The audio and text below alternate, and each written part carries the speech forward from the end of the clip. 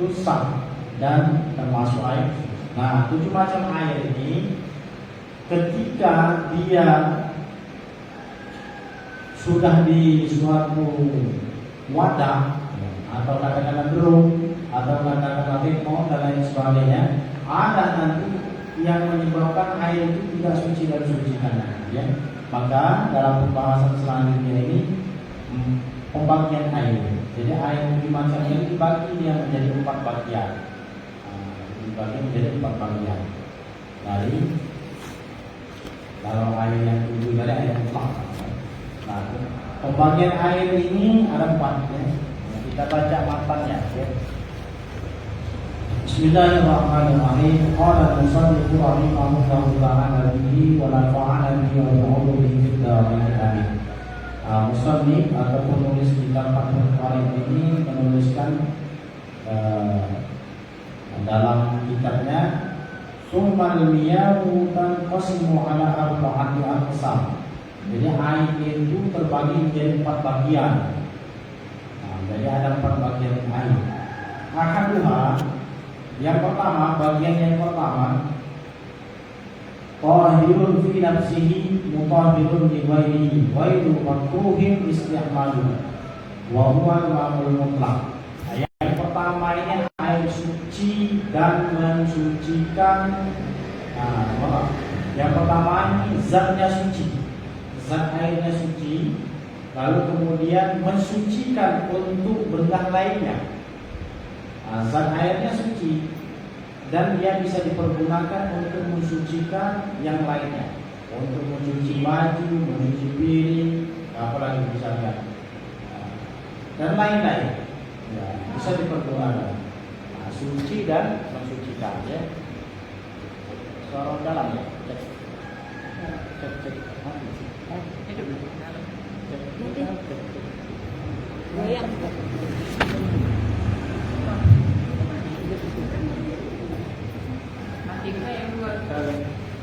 Ini yang dalam ya? Memang dalam. Iya, dalam.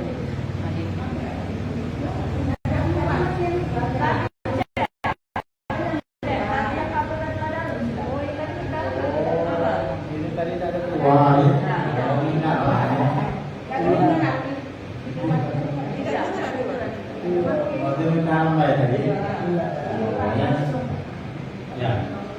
Jadi bagian yang pertama ini ibu-ibu ya, bagian air yang pertama ini dia suci zatnya dan mensucikan untuk selainnya. Berarti bisa digunakan untuk ya mencuci baju, mencuci piring dan lain sebagainya. Ya. Dan tidak mustamar, ya, tidak makruh digunakan karena nanti ada bagian bagi. Airnya suci, mensucikan untuk yang lain, tapi makruh kita gunakan. Ada nanti bagian itu. Nah, yang bagian yang pertama ini airnya suci dan mensucikan untuk yang lainnya, ya, dan tidak makruh untuk kita gunakan. Disebut dengan air mutlak namanya. Nah, air mutlak. Air mutlak ini, ya, suci zat airnya, mensucikan untuk yang lainnya, ya, lalu tidak makruh untuk digunakan. Ya. Contohnya lebih gampangnya ya, baju. Nah, baju ini bisa digunakan oleh ibu-ibu untuk bersuci. Ya.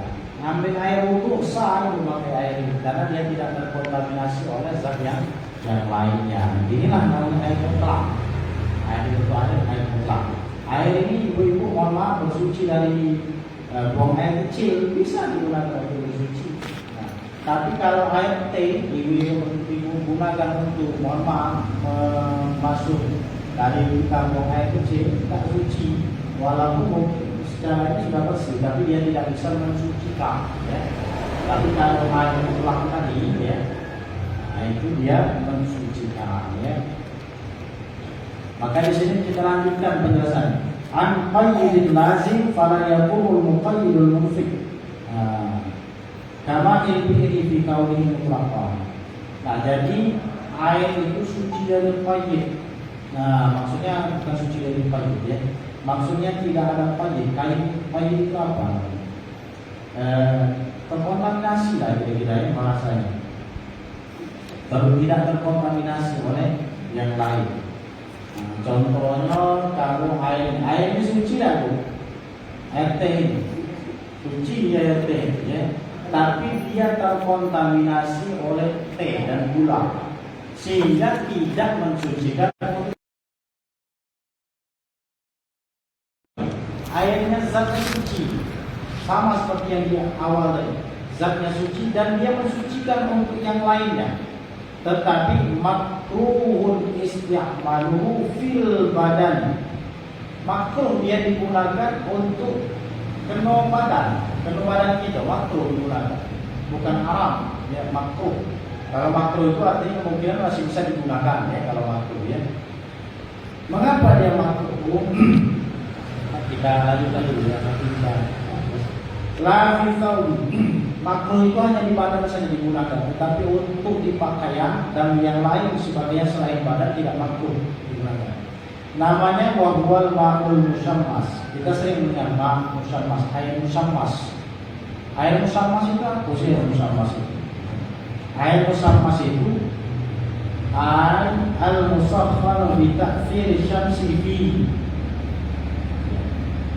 Air musammas itu air yang dipanaskan oleh air yang dipanaskan oleh sinar matahari, itulah namanya air musammas ya. Air yang dipanaskan oleh sinar matahari ya. Nah air ini contohnya seperti air ini, tapi nanti ada penjelasan lanjutan ya sebelum kita contoh air ini, dia suci dan mensucikan. Tapi ketika terkena matahari lalu kemudian panas airnya, ya, dia makruh digunakan. Tapi ada nanti kriterianya yang bisa jadi makruh, tidak serta-merta makruh ya. Ada kriterianya nanti. Jadi air musammas tadi air yang ya terkena panas sinar matahari. Wa inna ma yukrahu syar'an bi qutrin harin fi ina'in tabain illa ina'in tamdain. Ini penjelasan. Air itu tadi suci dan mensucikan, makruh digunakan ke badan, ke kulit kita, ya, ke badan kita. Air yang terkena sinar matahari, yang air itu berada di dalam wadah besi atau wadah seng atau wadah aluminium.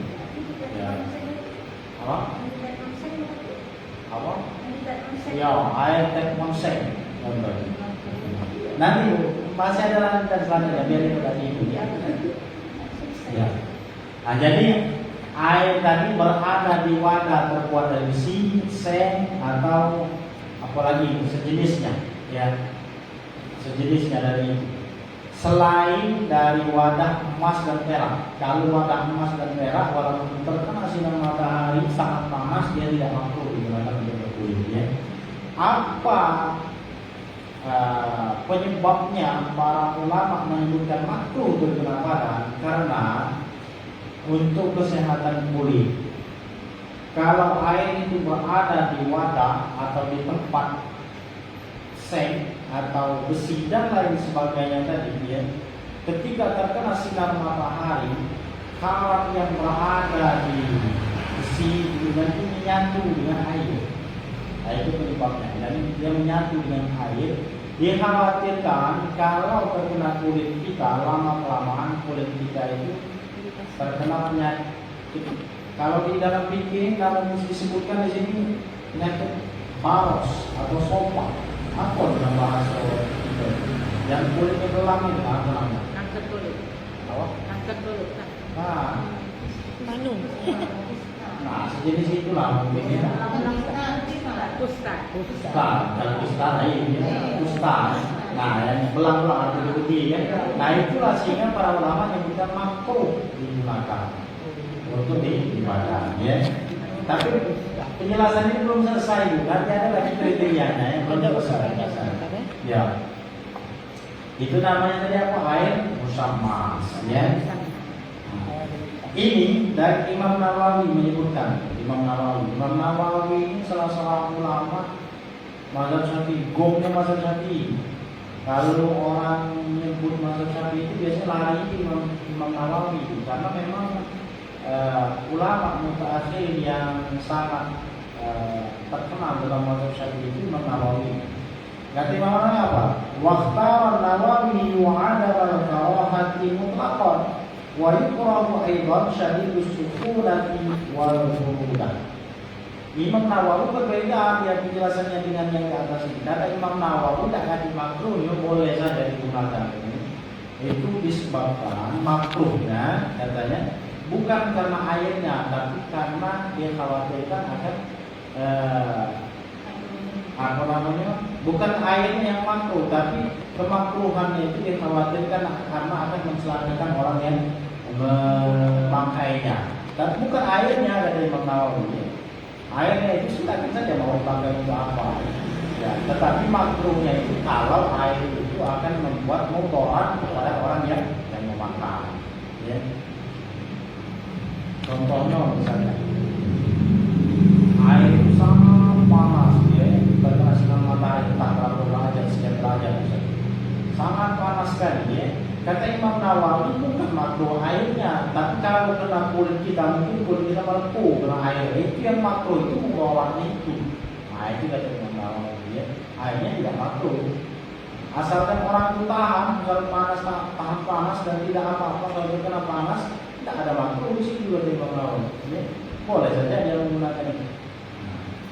Tapi yang penjelasan di awal tadi makruhnya karena alasan kesehatan, ya, karena nanti akan kalau terus menerus akan terjadi penyakit stamp, ya.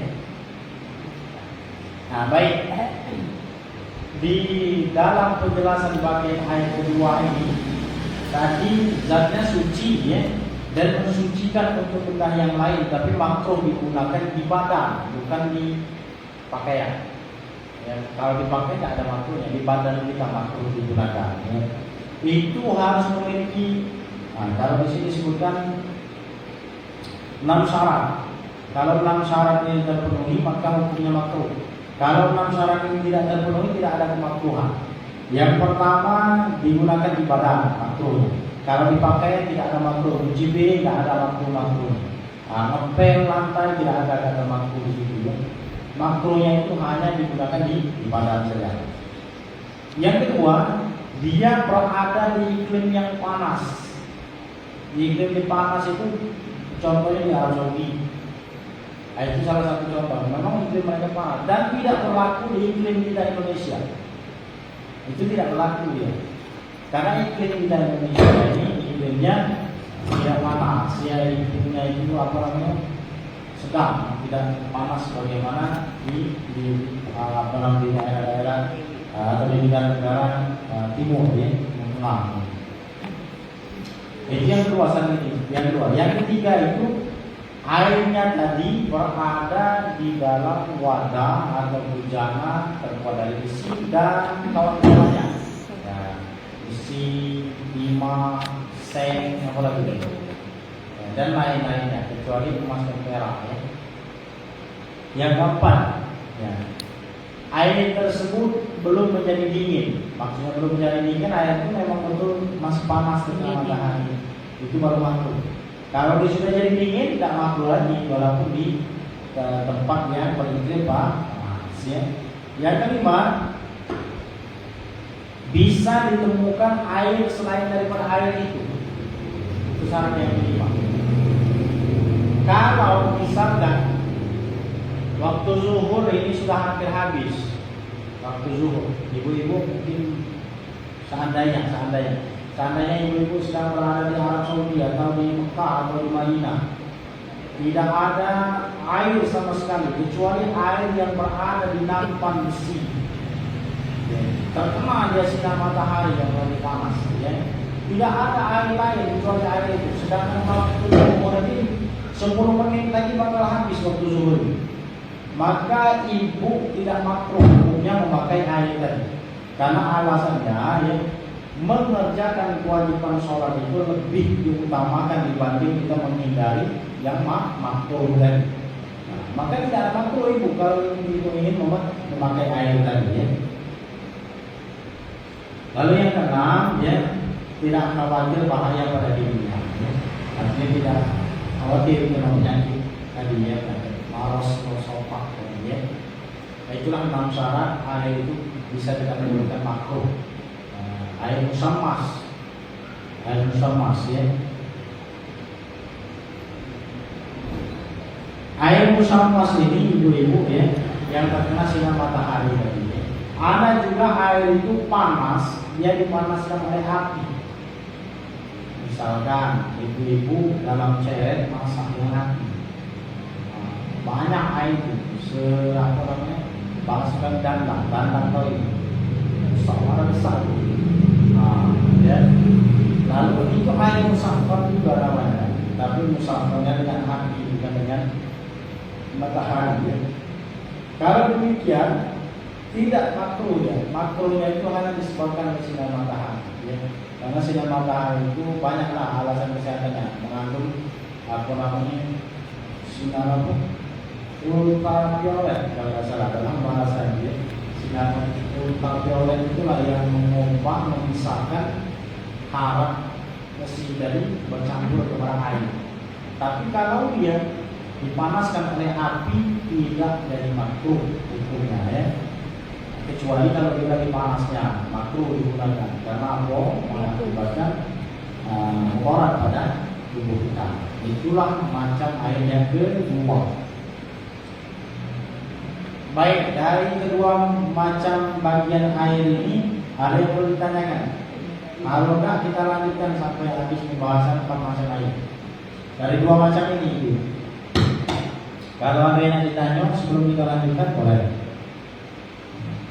Terkait dengan pembahasan ini dulu, tapi jangan dulu keluar dari pembahasan ini. Untuk air musamma tadi kan, Ya. kan di dalam wadah itu ada ukuran maksimal banyaknya dak? Bisa dikira. Nah, sama tidak ada ukuran maksimalnya, maksimal minimal tidak ada ya. Artinya banyak ataupun sedikit sama saja hukumnya tetap air musammas tadi ya, air itu makruh digunakan. Tapi harus mencukupi 6 syarat tadi ya, bisa dikategorikan makruh. Kalau dia tidak mencukupi 6 syarat itu artinya dia tidak bisa dikategorikan makruh. Tadi makruhnya digunakan di badan ya. Nah, itu makruh dia kalau digunakan, tapi kalau di pakaian tidak. Yang kedua dia berada di iklim yang panas ya. Contohnya di daerah timur tengah dari iklim yang panas ya, di Eropa itu iklim yang panas. Kalau di Indonesia tidak berlaku. Seperti pertanyaan ini tadi, cuma temon sek. Nah, kan ada panas terik. Nah, itu cara berlaku tidak berlaku karena iklim kita ini bukan iklim panas ya. Tidak berlaku di kita. Nah, berlakunya itu di iklim yang panasnya. Lalu kemudian air itu berada di bejana besi dan sebagainya tadi. Itu yang ketiga, syarat yang ketiga. Kalau dia berada di ini, di tempat ini walaupun dipanaskan sepanas atau mungkin misalnya kita berada di Timur Tengah tidak jadi makruh ya, karena tempatnya bukan besi ya. Dan keempat, air tersebut masih dalam keadaan panas dan belum menjadi dingin ya. Kalau belum menjadi dingin, walaupun berada di wadah besi tadi dan lain sebagainya tadi, dia tidak lagi jadi makruh ya. Yang kelima, bisa ditemukan air yang lain ya. Air yang lain yang tidak terkumpulkan di maksudnya. Sebetulnya pembahasan air musammas ini hanya sekadar untuk menambah wawasan kita saja. Karena ini tidak berlaku di kita Indonesia, tidak berlaku. Tidak berlaku di kita Indonesia. Siapa tahu mungkin ibu-ibu ada rezeki umroh kan ya. Sampai sana kering, ternyata air. Adanya air dalam wadah besi tadi. Panas seperti matahari. Kita tahu buat hukumnya ya. Kalau di Indonesia itu tak berlaku yang seperti ini ya. Kemudian yang keenam tadi tidak khawatir bahaya pada tubuhnya ya. Kalau Indonesia ini banyak air dan mungkin kita merasakan kekeringan tadi ya. kena matahari. Baik, itulah dua bagian air. Bagian yang ketiga, bagian yang ketiga ya. Wal qasimus salisu tahirun fi nafsihi ghairu mutahhirun li ghairihi. Ghairu mutahhirin li ghairihi. Wa huwa al-ma'ul mustaqmal ya. Nah, ini. Yang ketiga ini zat airnya suci. Zat airnya suci. Tetapi dia tidak mensucikan untuk yang lainnya. Ibu-ibu tidak sah bersuci dengan air ini. Ibu-ibu buang air kecil. Ada air mustakmal tadi, tidak suci. Hasil dari kita bersuci dari hasil kecil, dari buang air kecil tadi. Mungkin banyak airnya, ya. Kecuali nanti ada hitungan 20 lebih dan sebagainya. Ya. Misalkan ini contohnya, air mustakmal itu contoh seperti ini. Ibu sudah mandi, sudah bersih, badan ibu sudah bersih. Lalu kemudian ibu-ibu berwudu, karena airnya ini sedikit, penampungan air ibu itu ada sedikit, dan sudah bersih badan dari kita sudah mandi. Kita berwudu tadi, air bekas wudu kita tadi kita wadahi di nampang atau di apalah namanya ya, di wadah. Nah, artinya kita wadahi lagi bekas air wudu kita tadi, kan sudah bersih juga ya. Nah, bekas itu tadi airnya mustakmal lagi. Ketika ibu buang air kecil memakai air itu untuk bersuci, maka tidak dihukumi suci. Tidak dihukumi suci, ya. Tidak bisa karena dia tidak bisa menghilangkan najis, tidak bisa menghilangkan hadas. Walaupun airnya bersih, ya. Walaupun airnya bersih, karena air itu sudah mustakmal. Ya. Sudah bukan najis. Berbeda dengan bukan najis kan? Ya, berbeda dengan bukan najis.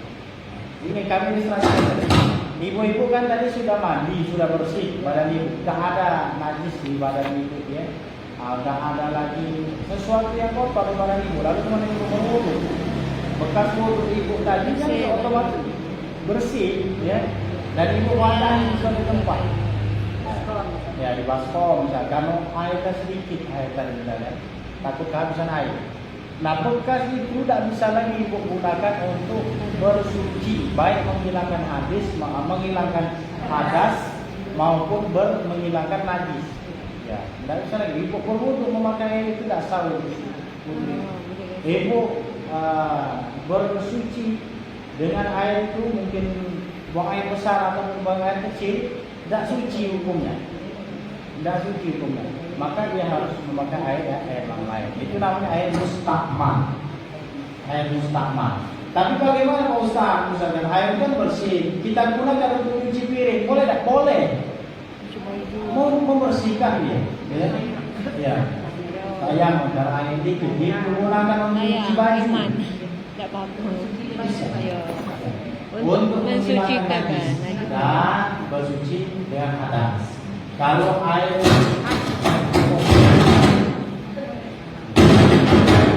ini beda tuh buatnya. Makanya itu ya.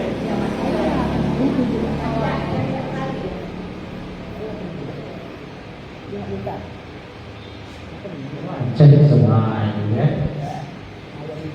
Nah, kalau misalnya ibu terkena air kencing cucung, sudah rusak terkena air kencing bagi ibu gunakan bekas air mustakmal tidak bisa lagi dan suci hukumnya. Walaupun kalau ibu sudah mati ampun bersih dan segala macam ya. Karena dia status airnya tadi tidak bisa menghilangkan najis dan tidak bisa menghilangkan hadas. Status air tadi. Tapi kalau menggunakan untuk cuci piring itu tidak terkena najis, boleh saja. Ya, boleh saja. Atau mencuci pakaian tidak terkena najis, boleh digunakan. Ya. Dia itu tidak bisa menghilangkan najis dan hadas. Namanya air mustakmal. Dan mustakmal ini arti mustakmal itu sudah terpakai. Terpakainya untuk bersuci atau menghilangkan hadas. Ya. Dan air mustakmal ini jangan disalahpahami, ya. Banyak di masyarakat kita itu ya, salah paham dengan air mustakmal. Contoh misalnya salah paham air mustakmal ini. Ibu berwudu, ada wadah ember di samping ibu, ember. ibu berwudu, embernya itu tidak sampai 2 bulan. Lalu kemudian ibu berwudu, dicuci muka. Tahu-tahu bekas percikan air ibu mencuci muka ini terkena ke ember tadi, itu bukan mustakmal hukumnya. Tidak mustakmal, tidak dihukum mustakmal air dalam ember tadi. Yang mustakmal itu air yang sudah terpakai, ya, sudah terpakai dan ditawarkan serupa, itu namanya mustakmal. Air yang sudah mengalir di anggota tubuh kita, itu namanya mustakmal. Kalau hanya sekadar terkena percikan tadi, tidak mustakmal hukum. Kecuali ibu memasukkan, sudah berniat dalam berwudu, ibu memasukkan tangan, mencuci tangan dalam ember, itu namanya mustakmal karena bekas basuhan tangan di tubuh. Nah, kemudian air mustakmal. Air yang ketiga tadi pakainya apa? Air suci zatnya, ya, tapi tidak bisa mensucikan untuk yang lainnya. Tidak bisa digunakan untuk mensucikan yang lainnya. Ibu pakai berwudu, air mustakmal ada dasar untuk ibu, walaupun air bersih. Ibu pakai untuk buang air besar, mencuci dari buang air besar, tetap najis dihukum karena dia tidak bisa menghilangkan najis. Ya, bukan untuk menghilangkan najis.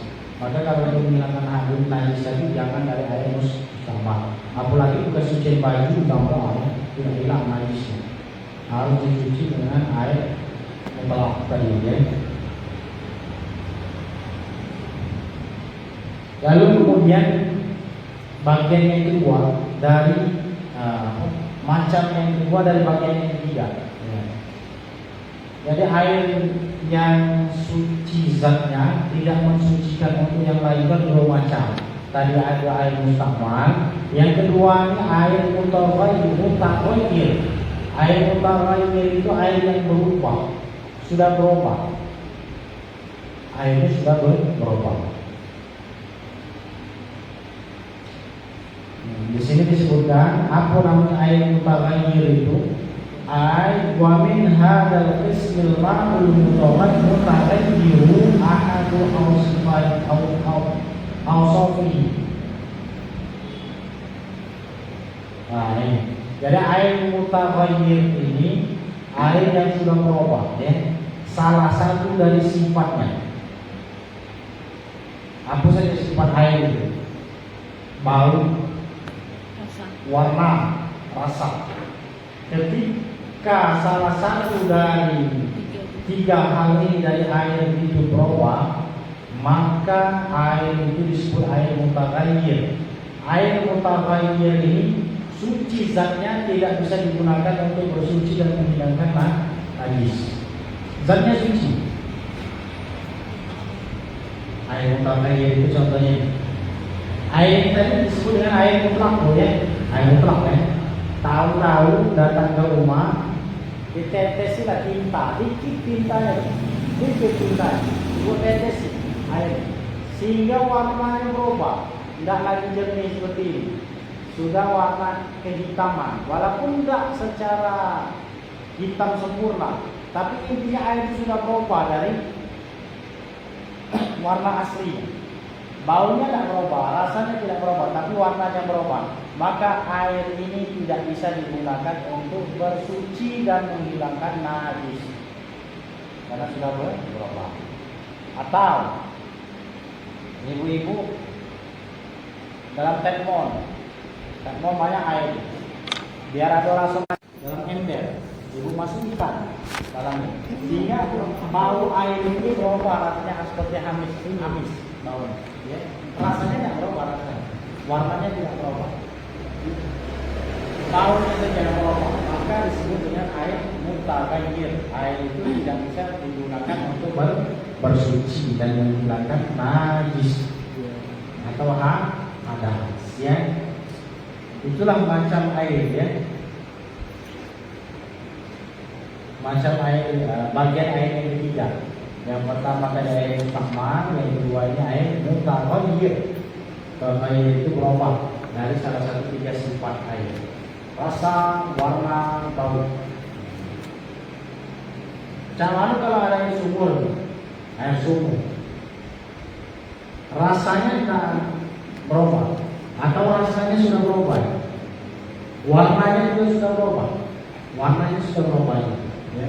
Baunya pun berubah, air sumur. Tapi memang air sumur itu sudah demikian adanya, ya. Bukan kemasukan oleh sesuatu, bukan disebabkan oleh sesuatu, ya. Apakah air sumur itu termasuk air suci dan mensucikan? Suci dan mensucikan, Ustaz. Suci dan mensucikan, ya. Walaupun baunya berubah, bukan berubah, memang asalnya seperti itu baunya. Lalu kemudian ya bau tanah. Lalu kemudian warnanya tidak jernih, tapi warna kekuningan atau warna kehitaman. Rasanya pun juga seperti ada rasa asam misalnya, ya. Ya, rasa karat misalnya, ya. Air itu boleh digunakan untuk bersuci karena mengapa? Memang sudah demikian adanya. Ya, bukan terkontaminasi oleh sebab di luar dari itu. Nah, yang berubah salah satu dari sifat air tadi kalau dia terkontaminasi oleh yang lain di luar dari air, bukan asal air, ya. Terkontaminasi oleh yang lainnya, maka disebut dengan air mutaghayyir. Mutaghayyir itu artinya berubah. Baik, bagian yang keempat, ya. Bagian yang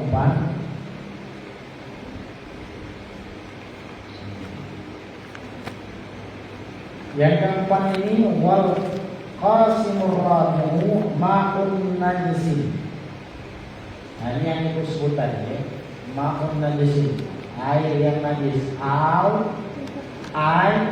Air mutanajjis wa huwa qismani ahaduma qalilun wa huwa alladhi halat fihi najasatun tafayyara qabla. Nah, ini yang keempat, ini bagian yang keempat, ini air najis atau air yang mutanajjis, ya. Air yang terkena najis, ya.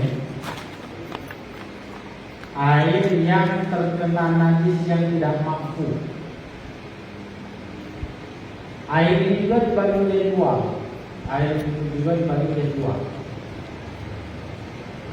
Yang pertama, air sedikit, kurang dari 2 kula. Tahu hitungan kula itu hitungan orang lama.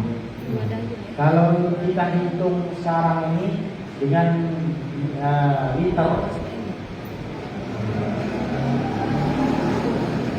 diperkirakan 174 liter menurut Imam Nawawi.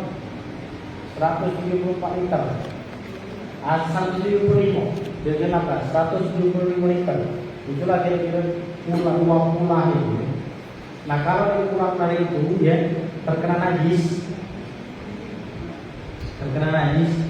ada apa namanya, tai cicak nyampak ke ember atau bak. Kebetulan bak itu volumenya kurang dari 175 liter, maka air itu tidak bisa ikut digunakan untuk bersuci, ya, dan menghilangkan najis. Dan itu juga najis untuk dikonsumsi, tidak boleh dikonsumsi karena barang najis, ya.